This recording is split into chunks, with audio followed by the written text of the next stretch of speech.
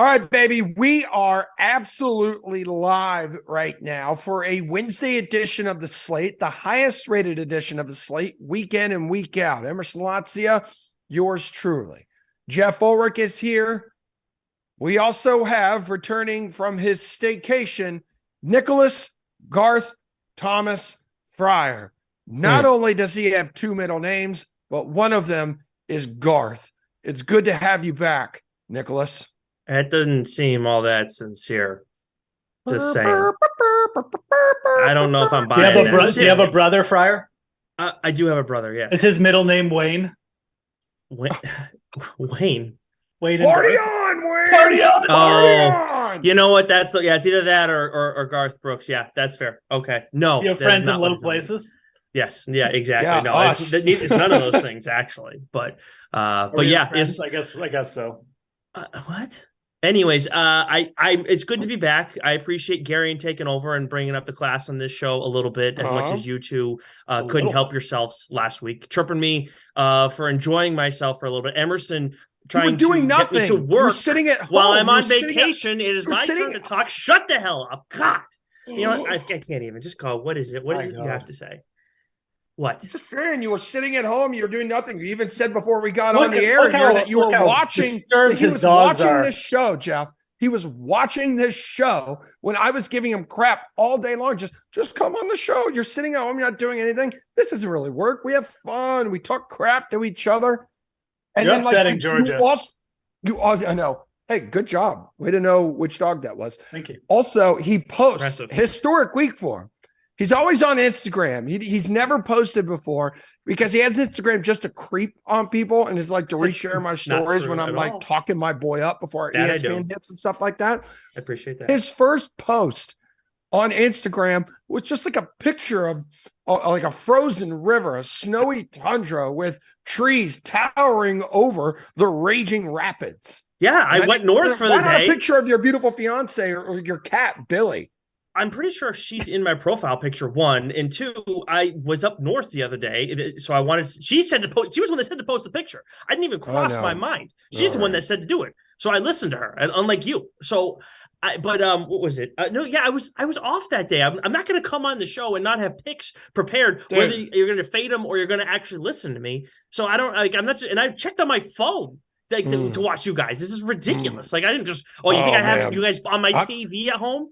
I'm sorry, Jeff and I would never do that. My toes could be tickling the white sandy sands of Guam. I could be on vacation, sipping a Mai Tai, crushing Coronas. And if you guys say, hey, we need you on the show, I'm going to drop exactly what I'm doing, whatever in that moment. I'm going to fire up my computer and say, let's go. Because Jeff and I are used to putting this company on our back. You know what's funny is I remembered, I was thinking about the last time that Jeff wasn't on, and I'm pretty sure both of you actually weren't on the show. I think I ended up being on with Kaufman and Gary. Does that sound right? Is that, you know why? Because Jeff and I were in Arizona. Yeah, hosting multiple shows a day, pumping out content, talking about the Super Bowl. But we're on here. We just have fun. It's not a real show. That's exactly what we were doing. I had another show to host. Jeff had other videos to pump Phoenix out. traffic to deal with. Man, wow. All right. Anywho, speaking of putting a team on your back. Last night, Fryer, I'll start with you. You're a baseball dude through and through. WBC, my brother in Christ, that was a storybook ending last night. Like the tournament was phenomenal. And I'd be lying if I said I've always been dialed in to like the World Baseball Classic. But there was something about it this year. The games in the early stages, they were so dramatic, so drama-filled, back and forth, walk-offs, momentum-killing catches. And then you have two of the best baseball players, the best two baseball players on this planet, current teammates with the Angels, Shohei Ohtani and Mike Trout, meeting to end the WBC.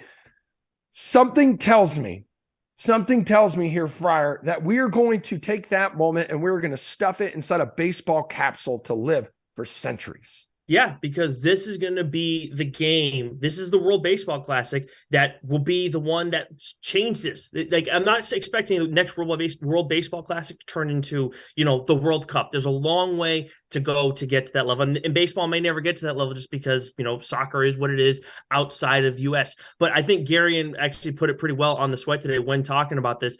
And as much as Ohtani gets all the love and everything, understandably so, we also got to look at Roki Sasaki, that 21-year-old who throws absolute fuzz too. Between him and Ohtani, absolutely insane. I mean, Ohtani too, it's just like, it's not just that he struck out Trout. It's just like, Bayou fastball, just F you to Trout every single time. And it was, I know the last one was a slider, but still, that was awesome. And then also, I don't want it to get lost. Devin Williams got to pitch too, and I believe it was in this game. Either way, his changeup is insane, and I'm a big changeup guy. So getting to see that get like on full display was awesome, and also not featured in this game, but probably star number 2 from the World Baseball Classic, Randy Arozarena.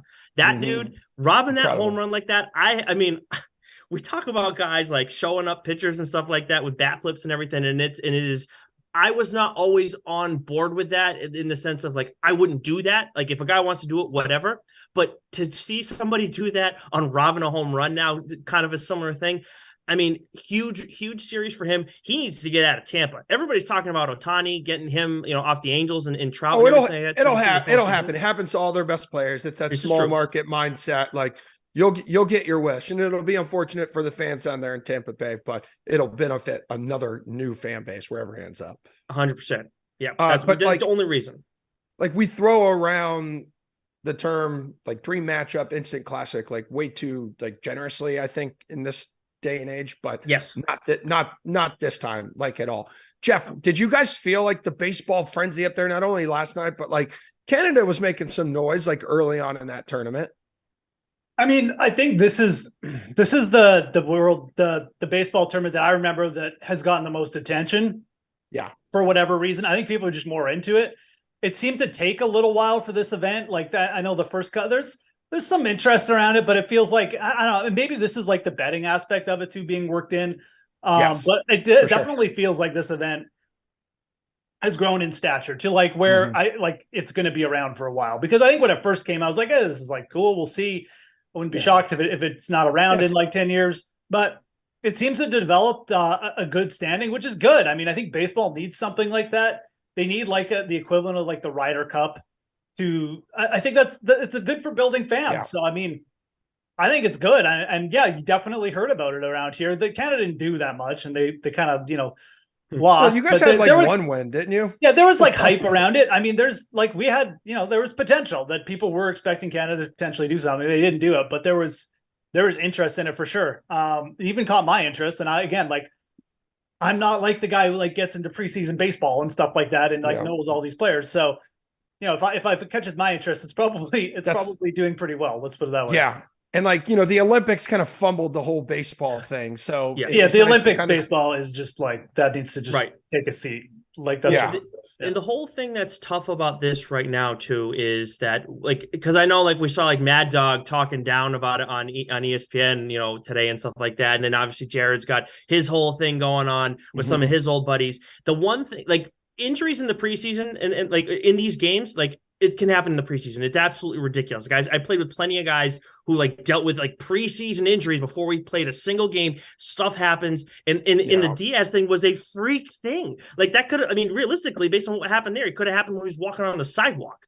But the thing is, looking at what happens to these guys who played in the World Baseball Classic later on in the season, does a Mookie Betts fizzle out? The Angels aren't going to be relevant, so it's not really a huge deal. But you look at some of those other guys who are on playoff contending teams. Is Turner going to still look like Captain America later on in the year? Those kind of things. No. If you see guys fizzle out because they had to get going too soon, that's the only thing that's going to be problematic, and not necessarily from a viewership standpoint like us, but guys wanting to necessarily go and take that risk going and playing that early and trying to get hot that fast. Like baseball as a season is so long anyways. What does like one little series like really add to it? If you're, I don't know. It adds a whole month to it, Jeff, because you have to be like game ready. Like I have a play that I want to talk about that's kind of based off of fading a guy because he had to get hot so early. And it's just, you add that extra month. And then now what does September look like? And then what does the postseason look like for some guys that got to play in that? Yeah, it's funny. I get it from that perspective. I just don't. I mean, it's kind of like golf. It's like, oh my god, like now they're playing the Ryder Cup along with all these other events. I just don't like. It's not like football where they're going out and like bashing into each other. Like so I don't know. Yeah, it's definitely something that like it'll get talked about, and these injuries. But like you said, the injuries can happen at any time. They can happen in spring. Anytime. Yes, Outside the lines today, I think on ESPN had a really good segment, basically reliving all of the freak accidents that have happened. Like one of them was, remember, like the Martin Gramatica field goal, and he jumps up and celebrates, and he comes down and like rips his ACL. It was all of those kind of moments in all of the sports in the past. Funny tweet I saw last night, though.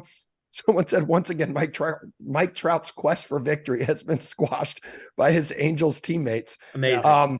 And like Mike, seriously, like I'm not the biggest baseball guy. I don't hate it. I'm kind of like right in the middle, which is why this tournament just had me and had my full attention, which is really hard to get.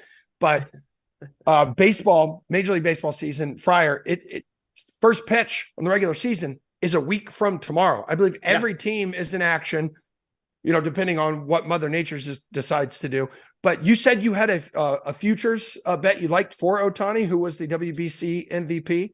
I do, but it's also fading Ohtani too. Oh, okay, cool. So his prop is set at 204.5 strikeouts. So it's not under the season leaders, Jeff, so I can't navigate you to that right now. But either way, under 204.5 strikeouts at -110 on DraftKings Sportsbook. This number's down a little bit from last year's number of 219, where he finished at. Pitched in 28 games last year, 166 innings pitched. So like those are career highs for him. Okay. And it's very much attainable for him to get this number this year in a normal year. But again, I do think him having to throw early, I know he only threw like 9 innings, but he had to get ready in some capacity early on. I would imagine the Angels still want to be careful with him. And if he at all needs a break, this is going to make it a lot harder for him to reach this number, because I still have a hard time imagining. So what, he maxes out at 32 games? That's if he's perfectly healthy and nothing pops up in the course of the year. I don't see that happening necessarily. It doesn't happen with most guys. So I would think that right now, what we saw is basically his ceiling in terms of workload, in terms of performance and a strikeout level. Yeah, he could replicate that, maybe do a little bit better, a little bit worse, but I expect him to throw a little bit less over the course of the season. And the inning workload will probably stay the same relative to the amount of starts. So that number's not up on the sportsbook right now? It's not up on the sportsbook. Okay. Well, the other one that I had to, I'll keep this a little bit quicker. Hunter Green, he was plus 2,000 to lead baseball in strikeouts this season. Now, I liked him at plus 3,000. Ohtani and Shane Bieber are also at that same number to lead baseball in strikeouts, except I just told you what Ohtani's number is for him to his strikeout total number. Hunter Green's is 188.5. So a significant drop. This guy had 165 strikeouts and 125 and 2/3 innings last year, 24 starts as a rookie. Looking at some of the projections and everything like that, he should blow this number out of the water. I understand concerns about like maybe a sophomore slump with this guy, but looking at what he did in September too, I think it was 4 starts. Either way, 8+ strikeouts in each of those games. This guy is an absolute monster, and I'm very high on him going into this year. So over 108.5 strikeouts. So do you like the over better than the most regular season strikeouts? Like I do. Yeah, I do. I like the other one. Don't get me wrong, but if we're talking about I would say sprinkle on leading in Ks, and then maybe a unit or half a unit on. That is a big discrepancy, like in terms of lines. Yeah, that's interesting. Yeah. Guys, let's go over to football, because the Jets appear just to be, stockpiling ammunition, if you will, for the Aaron Rodgers trade. What they do today, Jeff, they sent Elijah Moore to the Browns for a 2nd-round draft pick, and now producer Eamon dropping into Slack one of the latest reports. They have very real interest in signing Odell Beckham Jr., which was reported to be on Aaron Rodgers' wish list before he is shipped off there, which he has yet to be, at least officially. Who has the leverage right now, the Jets or the Packers, Jeff? I mean, it's the Packers. I mean, I don't, Green Bay doesn't really have to trade him. I mean, they could just sit there and do nothing. I mean, obviously they would like to get a deal done, but This is a really weird situation. I mean, I've never seen, I can't remember of another time when a team was legitimately building, signing players, all that stuff, simply to get one player who wasn't yet on the roster. Like, yes, I can remember like scenarios where like, a team signs a star player, then they make some moves, but like never has a team like built its roster before it's gotten the star player. It's very weird. I still can't believe this hasn't gone through. Like, I can't believe that Aaron Rodgers still isn't officially a member of the Jets, and yet they're still making all these moves. Like, if they bring in Odell before Aaron Rodgers, it's really weird. I guess I get it. I feel like Aaron Rodgers has been like an Odell Beckham advocate before too, and he just likes veteran players. So to me, like, that makes sense. Look, I still think Odell has something left. I think Odell working alongside, we saw Odell working alongside Cooper Kupp worked really well for the Rams. Working alongside Garrett Wilson, not a bad scenario for him either. Obviously, they have Mecole Hardman and Alan Lazard adding some versatility as well. But I don't mind the move. It's just like this whole scenario is so weird, man. I mean, it is, dude. I'm sure it'll get done, but the leverage is all on Green Bay. I mean, like, the Jets have made their bed. The Jets, like, it's the equivalent of playing poker and just like showing the other person your hand. That's what the Jets are doing. So hopefully it works out and like the cards fall their way. But like, I mean, I don't even know. I don't know why Green Bay wouldn't trade it at this point. But if they just sit there and like maybe something else transpires, I don't know. So it could happen. So very, very strange situation. Yeah, Fryer, like, there's a solid chance that Beckham, who is 30 years old now or 30 years young, depending on how you look at it, is the best pass catcher like available for any team, like, to add this offseason. That's not saying much because, Jeff, as we've talked multiple times, wide receiver like market is just really piss poor this year. But how much uncertainty is there with exactly how high of a bid it will take to secure his services? Yeah, I mean, just looking at this whole situation too, not to beat a dead horse because Jeff handled it pretty well, but I mean, I can't believe that he's following kind of in Brett Favre's footsteps.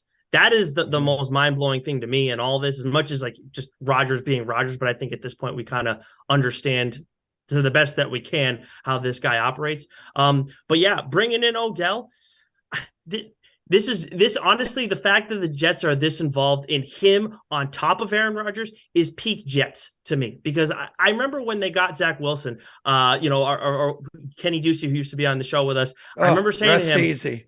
I remember saying to him, like, in Slack, because we were like working the DK live shift that night, I was like, please don't do this to yourself. Like, please don't get too excited about this because it's not going to work out well. And he's like, I was like, okay, I said my piece, because this is what happens. This is what the Jets do. They do things that I get it. Like, maybe it improves their situation, but I don't think it's going to end up working out all that too well for them. I don't think anybody does at this point. Do you see today the report about Lamar Jackson, Jeff? He's ready to move on from Baltimore. Yeah. So things could start to heat up a little bit. That's significant because we haven't heard much on the Lamar Jackson front since he was hit with that tag. But I expect his market to start heating up, and all of a sudden, I do too. I'm seeing the Titans. The Titans are starting to shoot up that board on potential landing spots for him, the favorites to land Lamar Jackson services. Has your opinion changed at all on what ends up happening, what the end result is here? Yeah. Do we have odds up for this? I don't know. I've seen different markets like around. Yeah, no, I'm just seeing if DK has anything up right. I don't think that they do. I don't see any player specials. So, and now my internet is being. Yeah, I know. So, anyways, yeah, look, sports book. This, I will say, I mean, this Lamar Jackson situation it's playing out exactly how I thought it was going to. I really didn't think that Lamar Jackson was going to be a Raven. I like that. You just look at how the situation has gone. I mean, they've had like basically 3 different periods where they could have gotten a long-term contract situation done, and it's failed every time. At some point, the player just says, enough is enough. Like, you don't want me here. This team isn't going anywhere. You're not putting players around me. You clearly don't believe in me. I'm done. And then they go and they give him the soft tag, the non-exclusive. And it's like, yeah, like, I mean, he's I think Lamar was already done even before they soft tagged him. I don't think he wanted to come back at all. So this does not shock me in the least bit. And I think that he is not going to be a Raven next year. So where it goes is really interesting. Like you mentioned, the Titans. That is a team that definitely makes some sense. Which I would hate as a Jaguars. Yeah, I would hate. Although they beat them, I mean, it's a pretty solid situation. Obviously, a backfield of Lamar Jackson and Derrick Henry, people will talk that up forever. I think just having a stable head coach and Mike Vrabel is a big part of that too.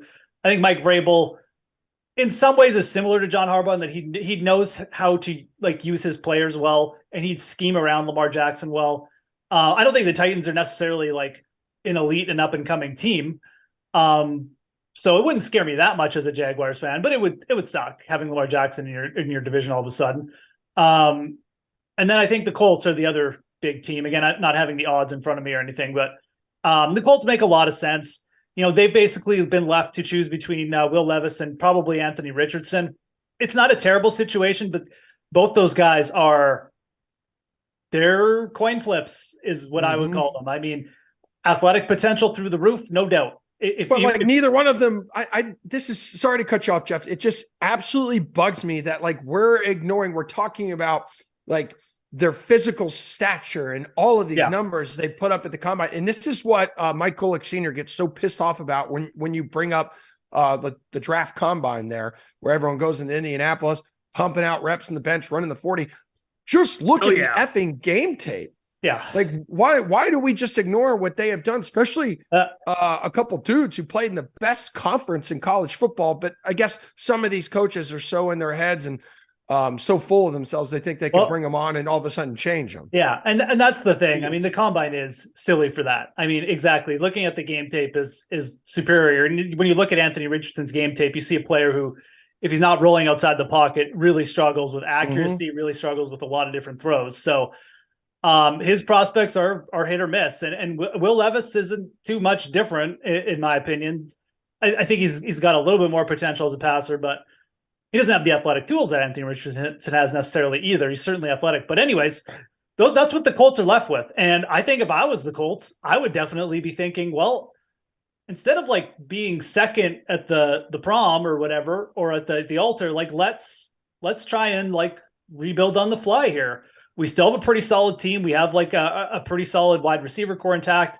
I think Lamar Jackson makes a lot of sense for the Colts. So that's probably the team I still would be kind of the most interested in. They've also been the team that has been the quietest, who hasn't gone out. So, Colts sitting at plus 6,000.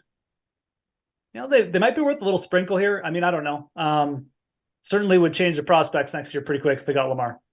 Hey, Fryer, we talked about it a little bit in Slack. We're just all quarterbacks right now. Cam Newton threw at Auburn's pro day yesterday. Yeah. Dude's trying to resurrect his career. He said, ain't 32 MFers better than me. So he's gone unsigned for more than a year.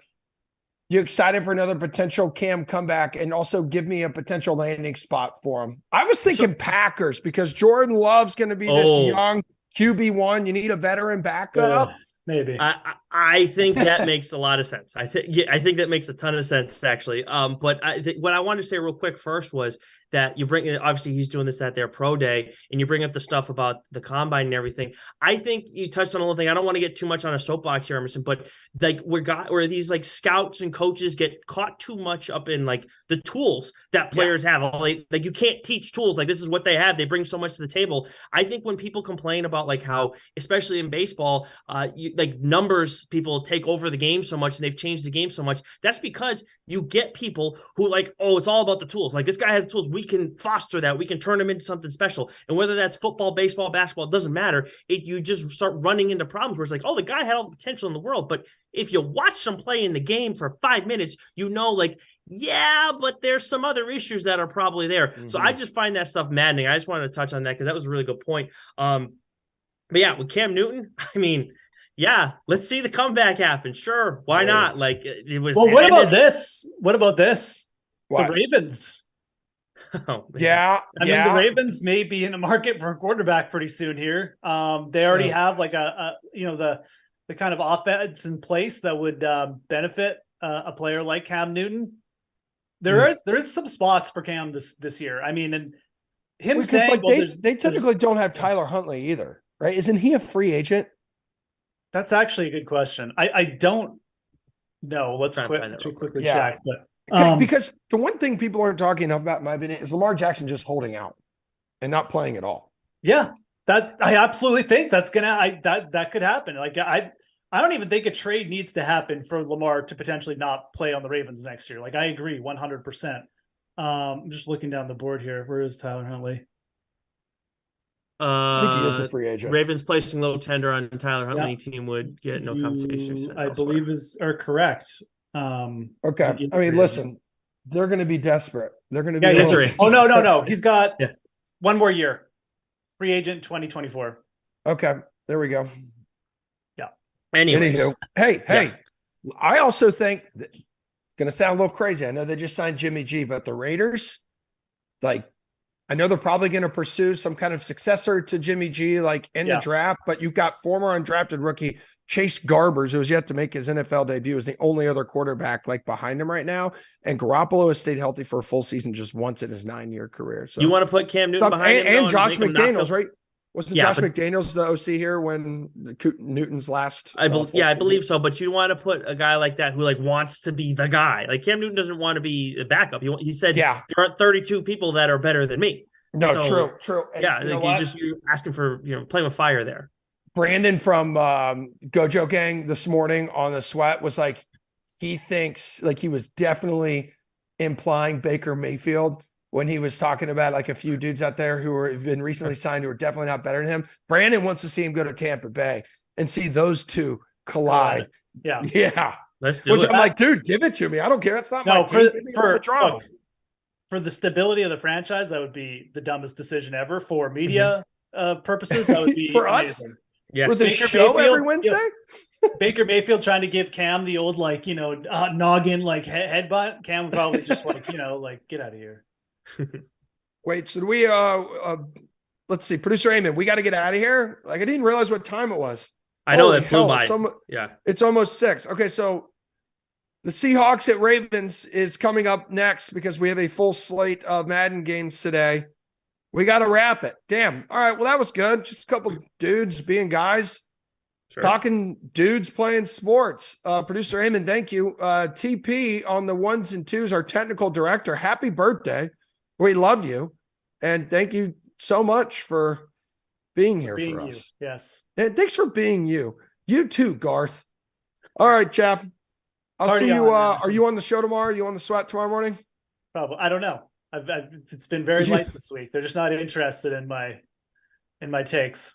Yeah, I know, dude. They're too hot sometimes, and we're already struggling with internet issues over in that building. Can you imagine that? Company this big, internet issues. All right, I love you. I love you guys. Well, Sweat tomorrow morning, 11 o'clock Eastern time. Jesse and I are back in studio. We'll see you then.